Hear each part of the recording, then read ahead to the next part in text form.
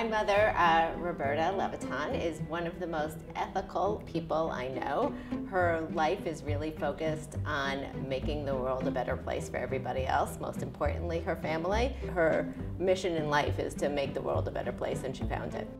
Something that I admire is she always has time for other people and other people she loves. So I see her working crazy hours at this point, but whenever I have a question or whenever I need her, she's always making the time for her kids and everybody around her. I agree. I would say something special about her is that even when we were kids, she never talked down to us. She instilled hard work in us because she was always working hard, but she never complained about it. So I think that's something that I still take with me. Something that I admire about her a lot is that when we were kids, she stopped work. Well, she was working, but she was working as our mother and not in the workforce. And then as we got older, she started a brand new career. And sometimes when I think like, oh, I'm 26 now, I feel like I have to start getting moving in whatever direction I want to go in.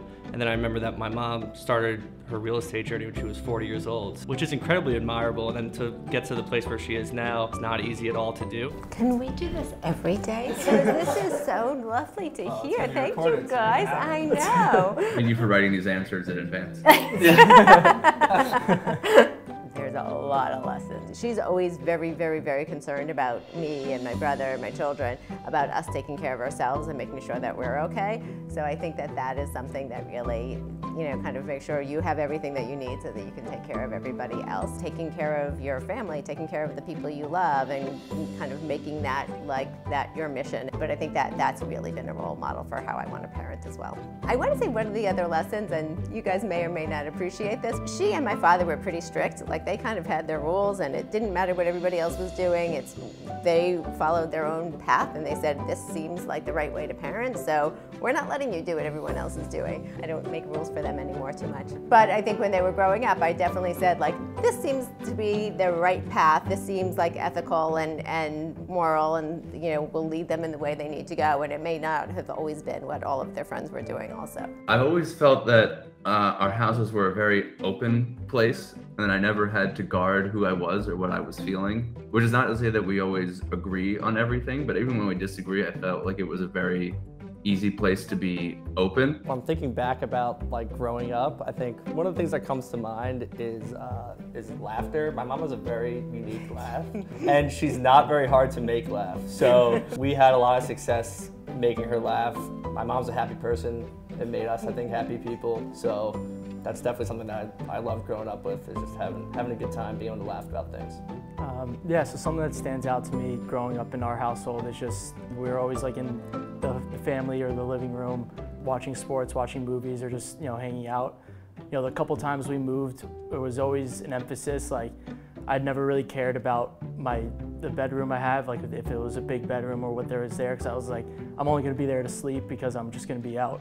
Hanging out with my brothers or my mom the whole time. It's the greatest blessing in the world to be able to watch these guys grow into manhood. As you can imagine, having 3 young boys within 6 years, they were a lot of fun, a lot of energy, a lot going on, and it is really unbelievable. Can't even imagine the words blessing to see them grow into these amazing, mature, beautiful, handsome, responsible, wise, capable young men.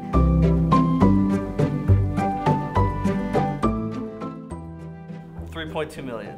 $2.9 million. 4.9. 4.9. Wow, high baller. Pays hot dollar. Okay, 3.15. Very good.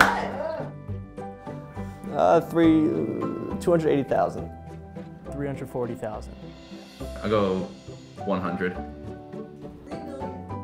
Wow, we're all idiots. Nice. 5 million. 4.5 million. 2.5. Okay. It was 13.5 million. Whoa. And adjusted for inflation, 355 million. 26 million. David? 9 million. 29 million. 41 million. Yeah, I mean, something that I've learned from my mom is definitely just an overall work ethic.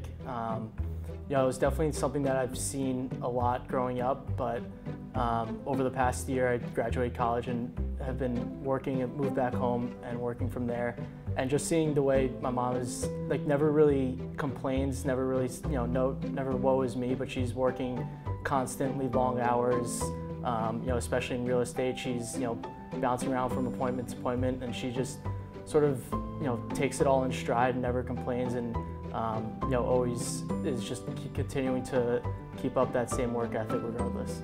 So a skill I use for my mom that I use in work every day is just having respect for the people that you work with. I am in sales, so I interact with people all day, really.